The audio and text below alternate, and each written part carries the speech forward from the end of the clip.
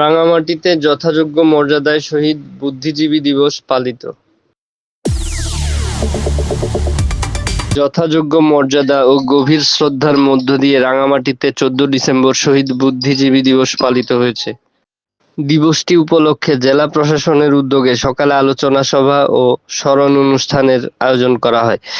রোববার সকাল 10টায় জেলা প্রশাসনের আয়োজনে জেলা প্রশাসক সম্মেলন কক্ষে অনুষ্ঠিত সভায় সভাপতিত্ব করেন জেলা প্রশাসক নাজমা আশরাফি। এ সময় জেলা পুলিশ সুপার মোহাম্মদ আব্দুর রকিব, অতিরিক্ত জেলা প্রশাসক সার্বিক মোহাম্মদ রুহুল আমিন, স্থানীয় সরকার বিভাগের উপপরিচালক মোহাম্মদ মোবারক হোসেন পারভেজ, জেলা civil surgeon doctor Nuyen Khisa, জেলা বিএনপির সভাপতি দীপন তালুকদার দীপু, সাধারণ সম্পাদক অ্যাডভোকেট মামুনুর রশিদ মামুন প্রমুখ সহ আরও বিশিষ্ট স্থানীয় ব্যক্তিবর্গ উপস্থিত ছিলেন। বক্তারা বলেন, জাতির শ্রেষ্ঠ সন্তান শিক্ষাবিদ, সাংবাদিক, চিকিৎসক, আইনজীবী, শিল্পী, সাহিত্যিক সহ বিভিন্ন শ্রেণী পেশার মানুষকে পাকিস্তানি হানাদার বাহিনী নির্বিচারে হত্যা করে আজকের দিনে। তারা চেয়েছিল বাঙালি জাতিকে মেধাশূন্য করতে। জাতির শ্রেষ্ঠ সন্তান সকল বুদ্ধিজীবীদের অবদান বাংলাদেশের জন্য অবিস্মরণীয় হয়ে থাকবে চিরদিন। আলোচনা সভায় বক্তারা 1971 সালের এই দিনে পাকিস্তানি হানাদার বাহিনী ও তাদের দোসরদের হাতে নির্মমভাবে নিহত দেশের শ্রেষ্ঠ সন্তান শহীদ বুদ্ধিজীবীদের গভীর শ্রদ্ধার সঙ্গে স্মরণ করেন।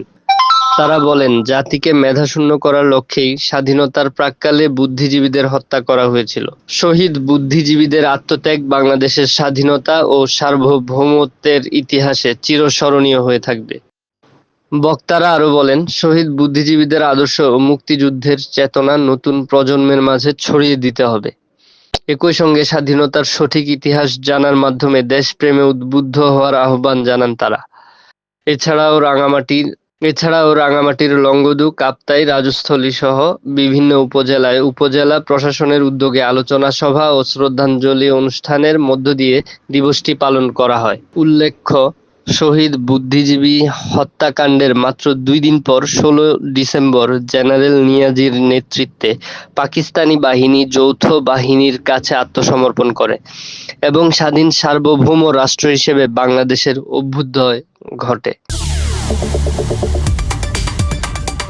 আহমেদ রুস্তম রায়হান ভূঁইয়া, নির্বাহী সম্পাদক, সাপ্তাহিক পার্বত্য কণ্ঠ।